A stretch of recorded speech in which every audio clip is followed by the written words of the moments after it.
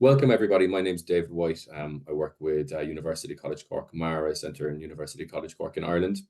And this is our 8th episode of Planning for Citizen Participation in Mission Ocean and Waters. So today's topic is positioning fishers as core partners and actors in Mission Ocean related projects. And we've got some great facilitators with us this morning that I'll introduce properly in a minute. So just beforehand, I'm just going to contextualize quickly the kind of webinar series as usual. A lot of you, if you're returning, you'll have heard this before, but I won't take more than a minute. So as usual, we're working here kind of under the framework of the EU's Mission Ocean and Waters. So it's I've launched in 2021 the kind of overarching policy framework that the European Commission is working in to restore the European oceans and waters, prevent and eliminate pollution, and make the blue economy carbon neutral and circular. These are the kind of 3 overarching objectives of the mission. And we're specifically concerned in PREP4BLUE, the project that's running these webinars, with the citizen and stakeholder engagement targets of the mission. So down here, these are the 10. And by the way, you don't have to remember them. I always send on the slides after the session when the recording is available. So these are the 10 citizen and stakeholder engagement targets that kind of sit under the main objectives.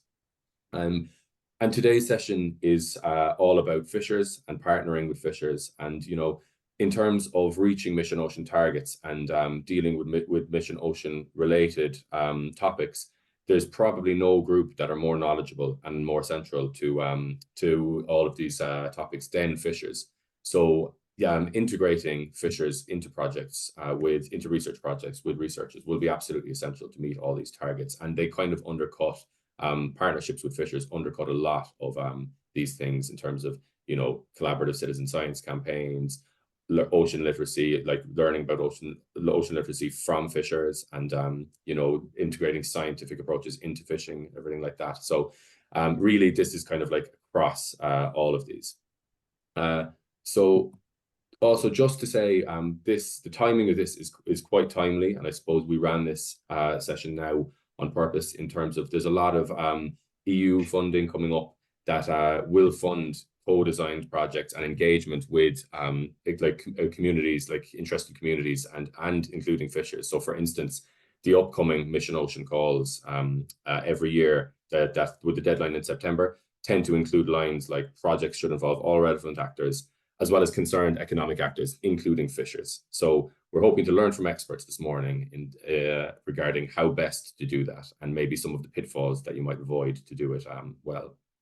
So I'm going to stop sharing there now, and I will introduce our facilitators this morning. So with us, we have Dr. Sandra Ramos and Dr. Marisa Almeida. They're both based at CIMAR in the University of Porto, and they're coordinators of the Mission Ocean funded project NetTag Plus, and previously NetTag. And between them, they've got plenty of experience of leading research collaborations with fishing communities and fishing representatives. Also joining us today, we're very lucky to have Bruna Silva from APM-SHM. Bruna, I might let you say the Portuguese long version of that when you're speaking in a minute. And Bruna is a fishers representative from Portugal. And she's project coordinator for the organization. Comes from a fishing family herself, and has a degree in law. So it would be fantastic to have the both kind of views here today, and we'll learn a lot from all of you, I'm sure. So thanks very much, Sandra and Marisa. Will I hand over to you now?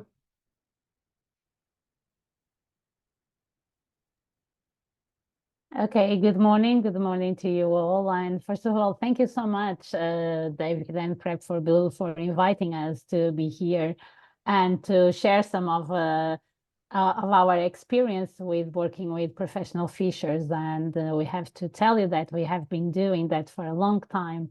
But today we're just going to share some of the tips that we consider most relevant when writing a proposal, and to have these particular target group of actors as partners in projects. And to do that, we just prepare a small presentation that I can share with you to help guide these this talk, so I was wondering if everybody's seeing my presentation. Yes. Perfect. So let me just put this here better. So we want to sorry. We want to share with you some of our experience with these two projects, but briefly we want to contextualize and explain you what is the project. So NetTech Plus project is a mission and ocean water project, as David said, and is funded by the Horizon Europe program of the European Union. It's a 3-year project coordinated by us, CIMAR.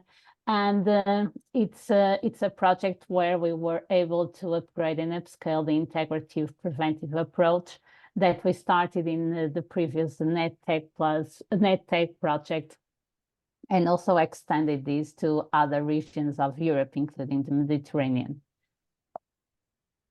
And what is the NetTech Plus project? It's a project based on synergetic activities between fisheries industry, scientists, NGOs, where we are going to develop 3 solutions to prevent marine litter derived from fisheries activities, avoid the loss of fishing gear, and also mitigate the harmful impacts of all DFG.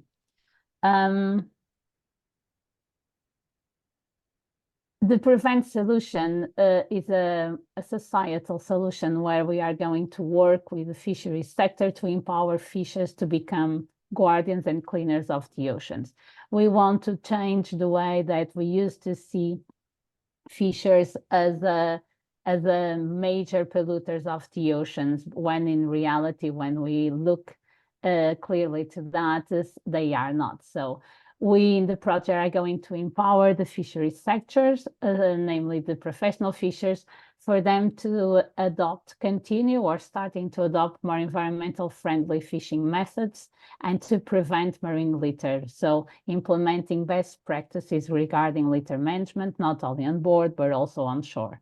And also we are going to work with fishing ports to have to enforce them to create the suitable conditions for the reception and treatment of this specific litter that is produced by the fishers.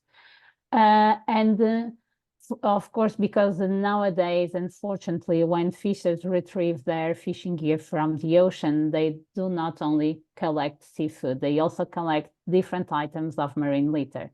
And some of them already do this best practice of retrieving this litter that is passively collected by their fishing gear and land it. And when they are doing this, they are providing us a cleanup service for free. So it's important to recognize and reward them for this volunteering service that they are providing to all of us. So in the project, this is one of major targets that we want to achieve, is to see and work with them to pilot a reward program for this behavior in order to stimulate fishers that already do it to continue doing that, and also engage others to start adopting this procedure. The avoid solution is a technological solution and an upgrade of a technological solution that we started in the previous project. Also, it's an acoustic system to help locate fishing gear in case of loss. So we're developing acoustic tags that are going to be attached to fishing gear, and in case of loss, the fishing boat has a device that activates these tags and through basic acoustic communication, they can give the exact position of the tag and subsequently of the fishing gear lost, to help fishers retrieve the gear. Because we have, it's important to emphasize that when fishers lose their gear, their nets, they try to recover it because they are quite expensive and they don't want to lose it. So with this technological solution, we want to help them to in a more quick and efficient way retrieve that gear that was lost. And by doing that, we are preventing the formation of more LDFG. And of course, because we can't forget the already existing abandoned, lost, or otherwise discarding fishing gear, these seagull that we already have in the ocean, we also want to address a knowledge gap that we have here. So although we know that the ocean is covered, has several of these different types of fishing gear lost, abandoned in the area, we still don't know exactly where they are. For instance, imagine if we want to prepare a retrieving program today, we still didn't have the exact data of the spatial data with maps to know exactly where to go and where it's suitable to retrieve the fishing gear. So we want to, in this technological solution, we want to develop a high resolution image acoustic system to able of mapping vast areas of the ocean, especially the coastal areas that are the more challenging ones because there's a lot of reefs, artificial or not. With this technology, we want to provide enough data for future implementation of retrieving programs of lost gear. And we are going to test and validate these three solutions in real conditions in the Mediterranean and also in the Atlantic in these countries, Portugal, Spain, Italy, Croatia, Malta, and also the United Kingdom. And to do that, we have a multidisciplinary international team composed of 15 partners. And in these partners from 7 different countries, we have a good balance between the partners coming from research and development, like we are CIMAR, and also the fishers associations, fishers representatives, and private companies to help all of us to develop these and implement these 3 solutions. And our project is totally aligned with the second one of the objectives of the mission, that is to prevent and eliminate pollution from our waters and oceans. But indirectly, we are also promoting the protection and restoration of biodiversity, as well as empower a more blue sustainable economy in our European country, in our European oceans. So focus a little bit, just reminding these objective of the mission, oceans and waters, to prevent and eliminate pollution from our ocean, seas and waters. So these are the targets, and we, of course, as NetTech Plus, we are contributing to achieve these targets. And just to remember that lighthouse is the Mediterranean. And why this is important, I'm going to explain a little bit further, because this is important when we are writing the proposal. So now just we wanted to share with you some of our experience by integrating fishers, professional fishers, as partners in our projects, not only the NetTech Plus, but also the previous NetTech project. So this is just a basic thing that I think that all of the people planning to present a proposal do. So is to, of course, carefully analyze the call, but also try to see with which objective the call is aligned from the mission, ocean and water. This is important because the project has to be aligned with one specific objective of at least one of the mission, ocean, and also to see which is the associated lighthouse of that objective. So in our case, since it was Mediterranean, when we were constructing the consortium, we were carefully and strategically inviting partners from that area, because we wanted to have local representatives to implement our solutions also in the Mediterranean, since it was lighthouse associated with our mission objective. And we also had other ideas and strategies for the consortium, namely to ensure that key stakeholders behind research and the development were participating, like in our case, fishers. They were fundamental since we were tackling the litter produced by the fisheries sector, and also have others like the industry behind it, and also other potential end users like the government and the administration included in the responsible for the fisheries management and litter management. And so by engaging with fishers, so we try to organize these like in several of questions and try to answer those questions. So who to engage? From our experience, we prefer to have fishers associations rather than representatives. Why? Because it's important for us to have the direct contact with the professional fishers, with fishers that are on a daily basis in the ocean.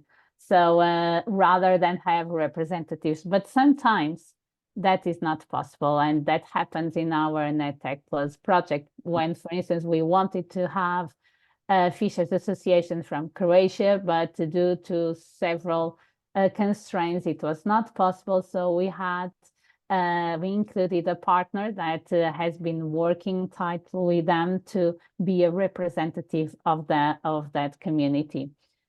When to engage? So since I've been working with the professional fishers, especially from the fishers associations that Bruna represents here today, PREP4BLUE. I've been working with their previous director since, I can say, 15 years. When we were preparing the NetTech proposal, for example, and I asked them to join us, and we were explaining them what was our idea, and by then it was only to include the acoustic tags. His immediately answer was that we really need to do awareness actions to people to know exactly how to manage litter on board. So this is only to tell you that we have been discussing with the professional fishers since the beginning, since the conceptualization of the idea of the project, not only afterwards. Participants versus stakeholders. In our case, it's fundamental that fishers are participants, like regular participants in the project, because since we are developing solutions that is for them to be implemented, it's fundamental to have their feedback and to co-design the solutions with them. So it's, but sometimes this is quite challenging. And we're going to talk about it a little bit afterwards. But for instance, we have three fishers associations in our consortium, and they are participating in all the transversal work package, like the project management, communication, dissemination as a regular partner, and also they have specific tasks that are from their responsibility to them. So they are not stakeholders in the proposal, they are active participants. And one way of doing that is, of course, they have budgets associated. And for instance, since professional fishers, they have a quite busy schedule because they work several hours per day, and sometimes it's quite difficult to have their time to work in the project. For instance, when they have to stop their activity, there has to be some way of rewarding them. So that is one of the expenses that is covered in the budget of the Fishers Associations. And also this can be, participating in these projects can be an opportunity, an important opportunity for them to be, since the beginning, helping co-designing these technological solutions that sometimes they are going to use in their activity. So it's important also for them to be included since the beginning in in the design of these technologies that they are going to use in future. So we also use this approach that is from fishers to fishers, and this is also a feedback from our previous director that, for instance, the awareness actions are co-designed, are delivered by the fishers associations. Why? Because it addresses local constraints, and also because it can adapt to specific realities. For example, they know exactly what is going on a real life of the fishing boat, rather than we scientists, researchers, or even observers. And they also use the common language that is quite efficient in terms of communication and passing the word. And also it's a way, much more efficient way of engaging fishers to these activities and to start adopting and changing their practices. But sometimes it's quite challenging to engage them to participate. So how to convince them? So basically we talk in the opportunities and the plus that they can have from being a part of this project. So one of the things that they can have an active participation in the development and implementation of solutions that they are facing on a daily basis. For instance, in our case is the marine litter. It's something that they faces on their daily basis, and it's important, and this is an opportunity for them to be involved in contributing to solve this problem. Also, it can be an opportunity to influence policy making, especially the laws that they will have to implement and to apply. So it's important also, this could be a platform for them to gain some representation, rather than only being represented by the higher representatives of the fishers. So sometimes it's important to explain them that whatever all the information that they give in terms, for instance, in our rewarding program that we are piloting, that message is going to pass directly to the European Commission and also to the policymakers associated with this topic. So this is an opportunity for professional fishers to have a more active voice and giving some feedback and insights for the definition of the laws that they are going to have to implement. And also, of course, the opportunity to be in the development and testing the technologies that we also are going to develop. And of course, we can't forget funding. This could be an important source of funding to help them and to help the fishers associations. And now some challenging tips. For example, the lack of time, because we know that fishers spend a lot of time in the ocean fishing, and sometimes it's not easy for them to have availability to participate in the project activities that they are supposed to. So when we were designing and writing the proposal, we have to have that in mind. So we were flexible in terms of the organization of the tasks. And for instance, just to give you as an example, we are going to do awareness actions, and some of these awareness actions from fishers to fishers are going to be dedicated to the large fleet that spends 4-6 months in the ocean. And the Fishers Association thought that it will be important, for example, to do that remotely instead of waiting for the fish to land and to go on a rest. So they try to accommodate the availability of the time of the fishers in order to for them to be able to participate in the project.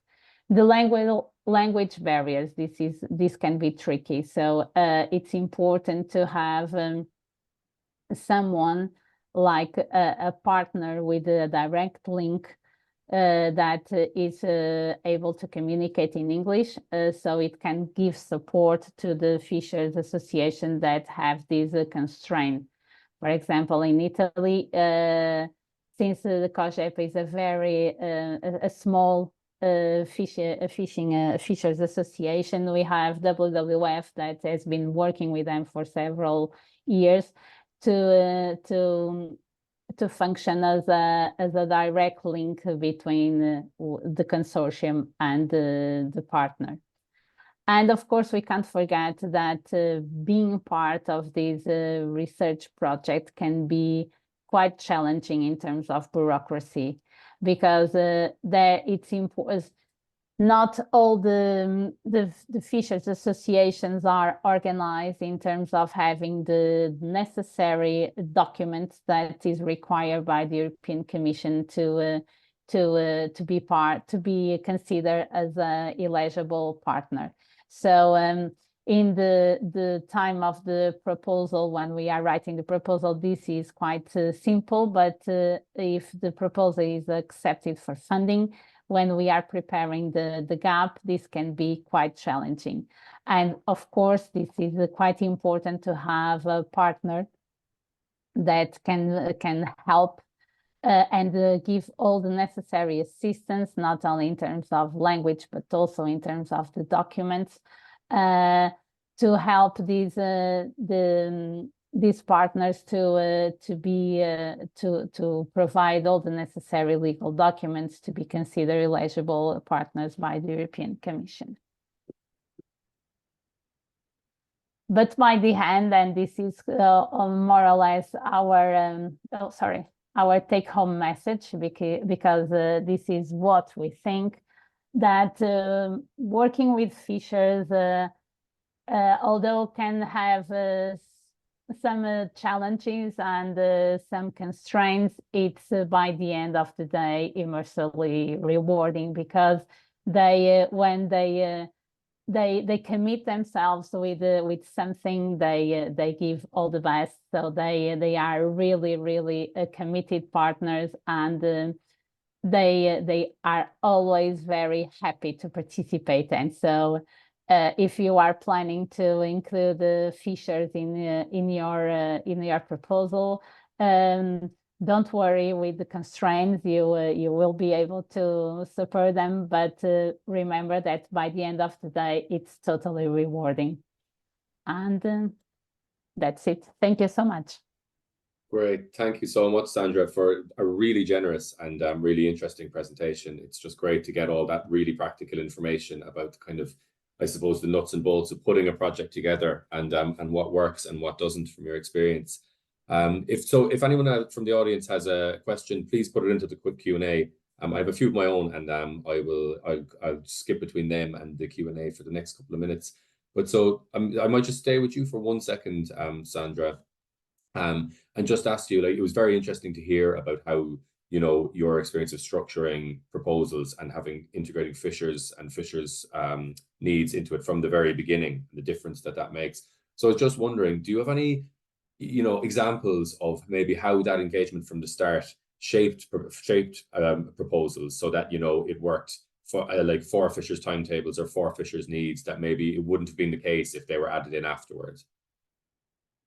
For example, one of the things that we use, as I explained, was like, for instance, including these awareness actions of best practices regarding litter management. It was something that when we were preparing the previous project, the proposal, NetTech project, when we analyzed the call, we thought, okay, so let's focus on the acoustic tax.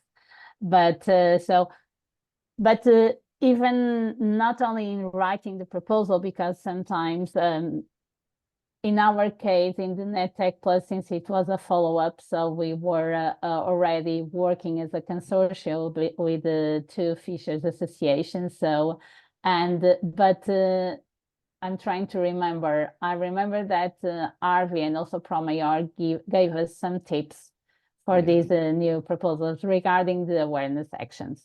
So they were based on their previous experience. They were saying, so better, it will be better to do like this, to continue, because we still need to continue to do this. So let's replicate these, but change this or that. I don't remember, I don't have in my mind now the exact tips, but they were giving feedback on how to best write and implement the new awareness actions.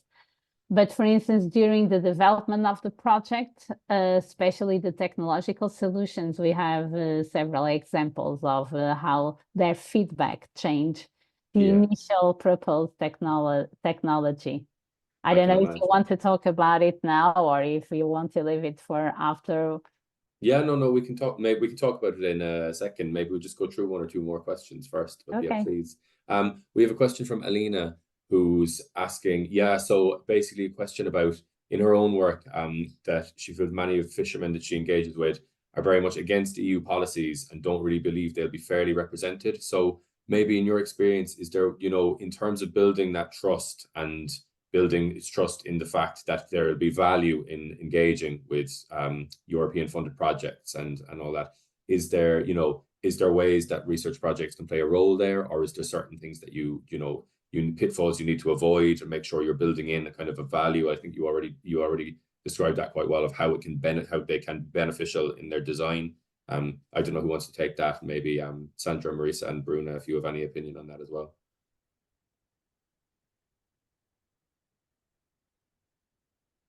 Yeah, I can start, for instance, when we were in these awareness actions, we have participative workshops, and it's those activities allow professional fishers to share their thoughts and their needs, and some of those needs we are transposed for the report of the awareness actions, and that those reports are becoming public.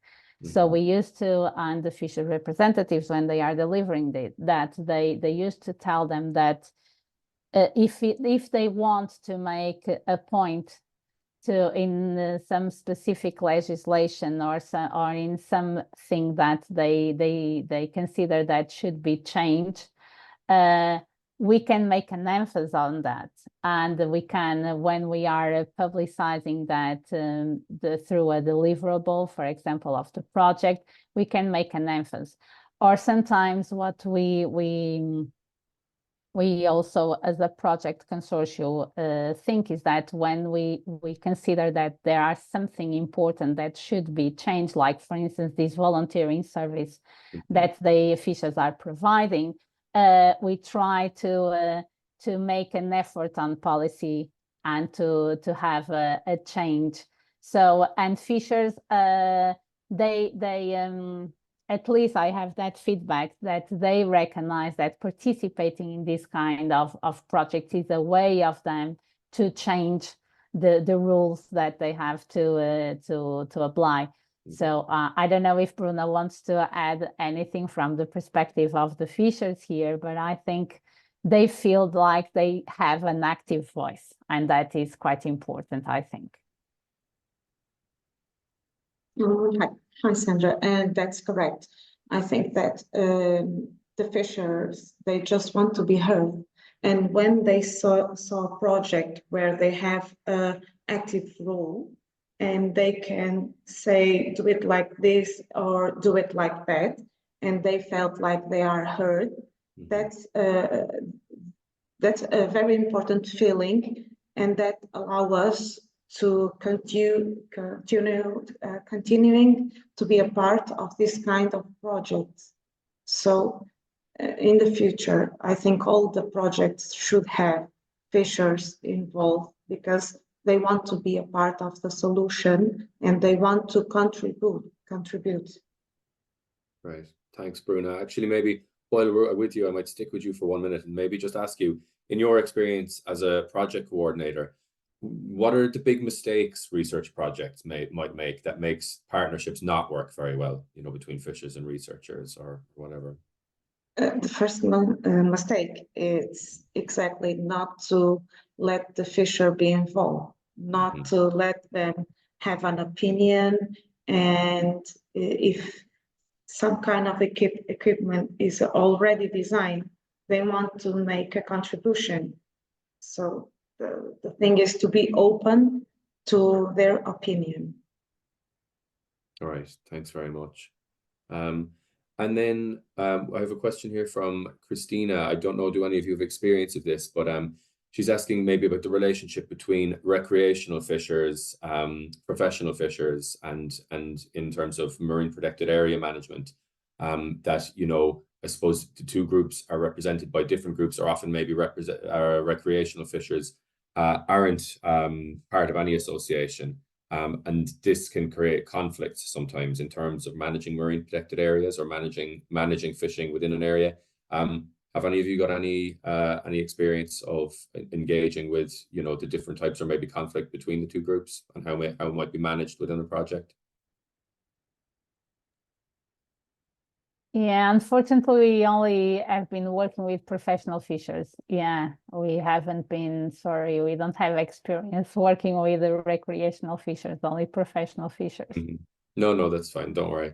I know that topic is coming up in Ireland at the moment as well in terms of marine protected area designation and the different rules that the two groups might like for each other and everything. So yeah, it certainly is a hot topic.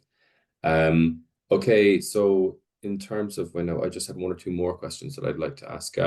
Maybe Sandra, I think you touched on it a bit in your presentation, but I'd like to ask you something maybe about the challenges of sorting out, you know, in projects like this, you've got very different types of partners, you know, like if when you're integrating fishers, representatives and associations, not like maybe non-profit and civil society groups, as well as research organizations, and they'd all have come to the project with very different priorities and what they'd like to get out of it. So how do you manage that, you know, sorting out different priorities within kind of a different specific piece of work, and different timelines for delivery, and who'd like to concentrate on what first and all that? Is there, you know, is there a key way, or is there conflict there unless it's managed properly? Fortunately, I have to say that we still haven't faced any challenge regarding that. So I don't know if it's because the majority of us already knew ourselves, so we have been working the previous project. But also in the NetTech Plus project, we have new partners, very different ones also. But sometimes we think that some of the partners tend to, I can't say forget, but put other things in the agenda first, prioritizing rather than the project activities. But I think that since we have our working structure well defined and well agreed by all, we try to be very strict with that. So we are always as coordinators asking for the feedback needed, and also remember the things, and trying to help and assist in all the difficulties, and try to guide partners back to the needs of the project. But as I said in the beginning, I think that fortunately we still haven't faced any important challenge. Unfortunately, or maybe fortunately for you, so that's good. I've got an interesting question here, and maybe I think you dealt with it a little bit already, but it's kind of nuanced in terms of how can fishers' time be adequately recognized in a funding proposal or project? So, I mean, the question goes on: how would you allocate a fair budget for the fisher representative or group as a partner to account for their time and input? Are there other practical considerations in relation to recognizing participation at proposal stage? And I think that's quite interesting, because maybe, you know, speaking as researchers, it's part of our job to write proposals that some get rejected, some get passed, and you go on and do your work. But asking other groups that, you know, proposal writing isn't part of their daily work, to participate early and then maybe not get rewarded for it because the funding doesn't come is maybe a little bit more complicated. So do you want to talk a little bit about that? And maybe Bruna, it would be nice to hear from you about this as well, just in terms of you know, how can it be made, how can your time be made valuable in that sense, in that kind of longer term engagement with research? I can share that when we were writing NetTech Plus proposal, we had a writing core team. So it was our strategy was to have dedicated meetings, brainstorm meetings with partners, and then we had a core team for the writing of the proposal. And of course, that we tend to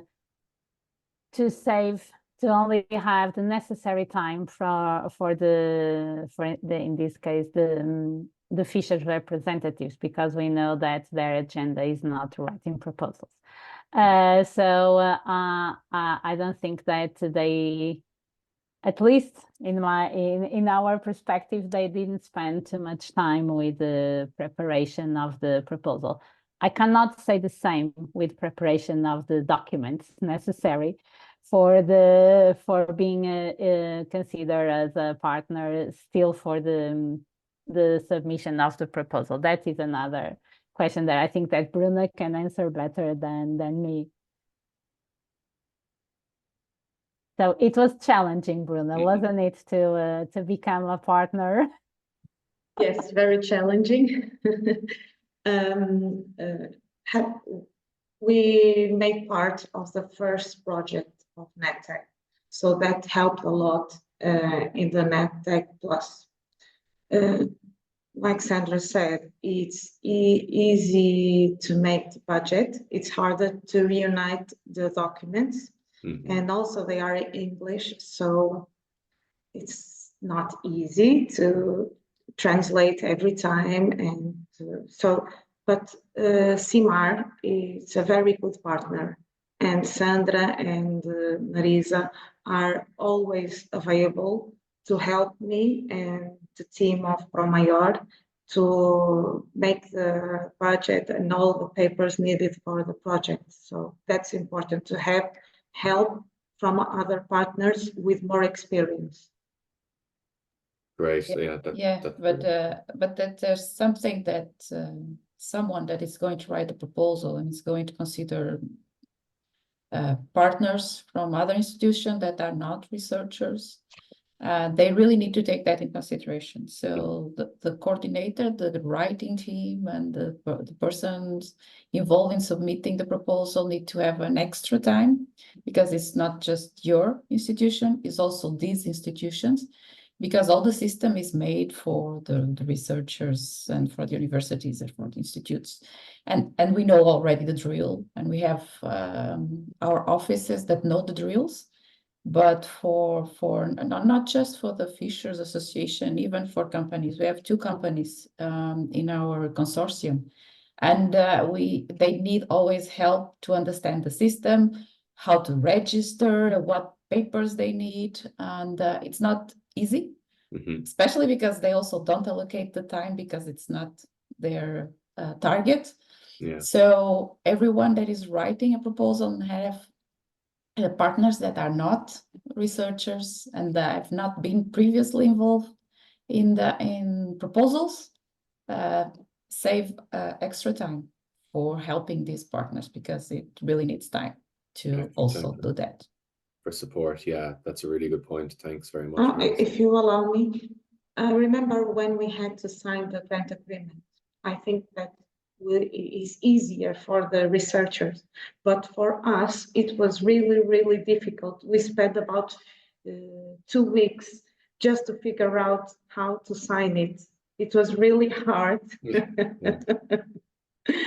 So if European Union could make the things easier, systems, that help a lot. Yes. Great, thanks very much. Yeah, that's really useful feedback as well. I've got one more here from Christina, maybe, and then I'll do my wrap up.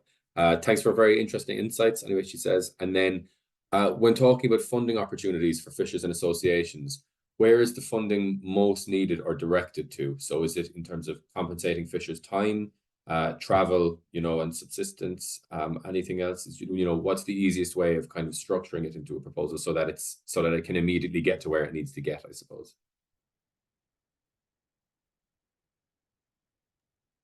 Of course, that there's I think that allocating the fishers' time is very important, especially if you're planning some activities that they need to stop their regular activities.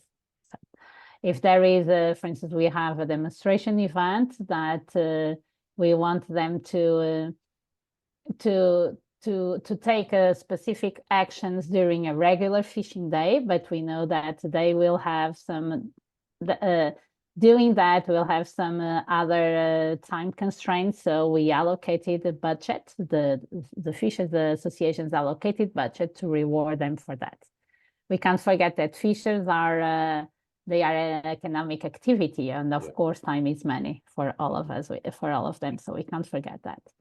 And also Fishers Association also allocated some budget in terms of consumables and things that they need to deliver all the activities and the events that they are intended to do in the project.